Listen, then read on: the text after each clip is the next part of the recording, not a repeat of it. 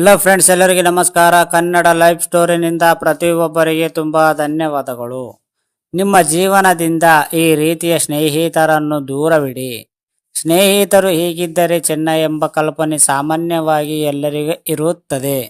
ಆದರೆ ಇಲ್ಲಿ ಯಾವ ತರಹದ ಸ್ನೇಹಿತರು ದೂರವಿದ್ದರೆ ಒಳ್ಳೆಯದು ಎಂಬುದನ್ನು ಈ ಸ್ಟೋರಿಯಲ್ಲಿ ಕೊಡಲಾಗಿದೆ.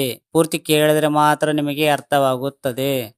ನಾವು ಆದಷ್ಟು ವಿಷಯವನ್ನು ನಮ್ಮ ಕುಟುಂಬದವರ ಬಳಿ ಹಂಚಿಕೊಳ್ಳುವುದಿದ್ದರೂ ನಮ್ಮ ಸ್ನೇಹಿತರ ಬಳಿ ಹಂಚಿಕೊಳ್ಳುತ್ತೇವೆ.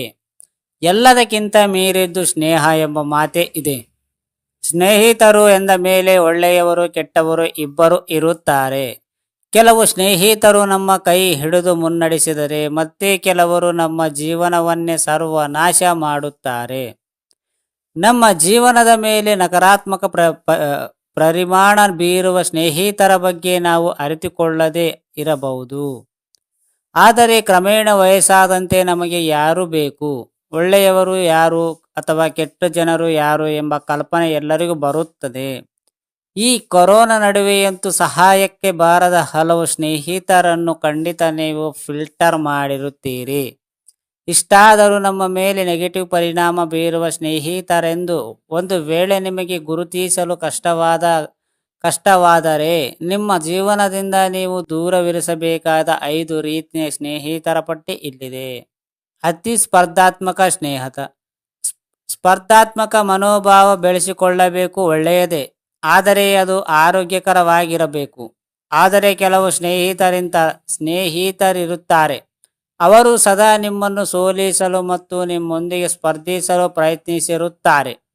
ಉದಾಹರಣೆಗೆ, ನಿಮಗೇನಾದರೂ ಅವಶ್ಯಕತೆ ಸಿಕ್ಕಿದೆಯಾ, ನಿಮ್ಮ ಸ್ನೇಹಿತರು ಕೂಡ ಅದೇ ಸ್ಥಾನ ಪಡೆಯಲು ಪ್ರಯತ್ನಿಸುತ್ತಾನೆ.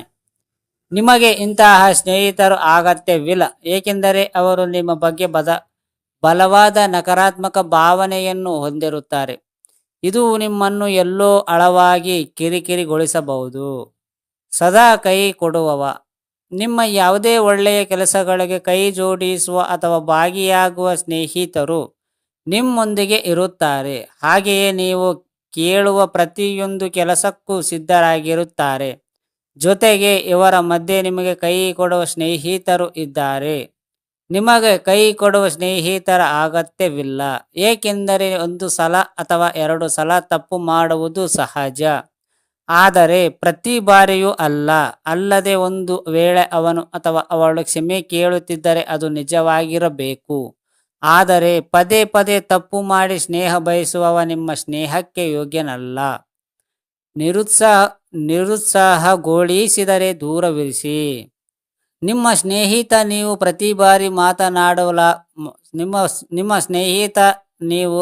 ಬಾರಿ ಮಾತನಾಡುವಾಗಲೂ ನಿಮ್ಮನ್ನು ನೆಗೆಟಿವ್ ಆಗಿ ನೋಡಿದರೆ ಅಥವಾ ನಿರುತ್ಸಾಹಗೊಳಿಸಿದರೆ ಆ ವ್ಯಕ್ತಿಯಿಂದ ನೀವು ದೂರವಿರುವುದು ಒಳ್ಳೆಯದು.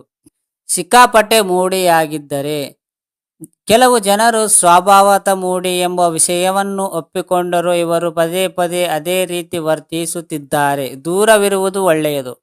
ಇಂದು ನಗುತ್ತಾ ಚೆನ್ನಾಗಿದ್ದವರು ಮರುದಿನವೇ ಕಾರಣವಿಲ್ಲದೆ ನಿಮ್ಮ ಫೋನನ್ನು ಸಹ ತೆಗೆದುಕೊಳ್ಳುವುದಿಲ್ಲ ಅಥವಾ ಯಾವುದೇ ಕಾರಣವಿಲ್ಲದೆ ನಿಮ್ಮ ಮೇಲೆ ಕೋಪಗೊಳ್ಳಬಹುದು. ಹಾಗೆಯೇ ಬೇರೆಯವರೊಂದಿಗೆ ಏನು ಗೊತ್ತಿರದಂತೆ ಇರಬಹುದು. ಹೀಗೆ ಪದೇ ಪದೇ ತಮ್ಮ ಮನ ಬಂದನಂತೆ ನಡೆದುಕೊಳ್ಳುವ ಸ್ನೇಹಿತನ ಅಗತ್ಯ ನಿಮಗಿರುವುದಿಲ್ಲ.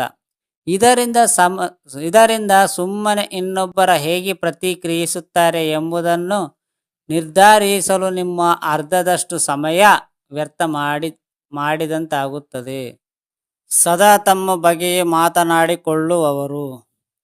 ನಿಮ್ಮ ಬದುಕಿನಲ್ಲಿಯೇ ನೂರಾರು ಘಟನೆಗಳು ನಡೆಯುತ್ತಿರುವಾಗ ಯಾರಾದರೂ ನಿಮ್ಮ ಸ್ನೇಹಿತರು ನಿಮ್ಮನ್ನು ಕರೆದು ಅಥವಾ ಭೇಟಿಯಾಗಿ ತಮ್ಮ ಜೀವನದಲ್ಲಿ ನಡೆದಿರುವಂತಹ ಅವಳ ಸಮಸ್ಯೆಗಳ ಬಗ್ಗೆ ಮಾತ್ರ ಮಾತನಾಡಿದರೆ, ತದನಂತರ ನಿಮ್ಮ ಸಮಸ್ಯೆಗಳ ಬಗ್ಗೆ ಹೇಳಿದಾಗ ಅದನ್ನು ಅವರು ತಳ್ಳಿ ಹಾಕಿದರೆ ಅವರನ್ನು ದೂರವಿರಿಸುವುದು ಒಳಿತು.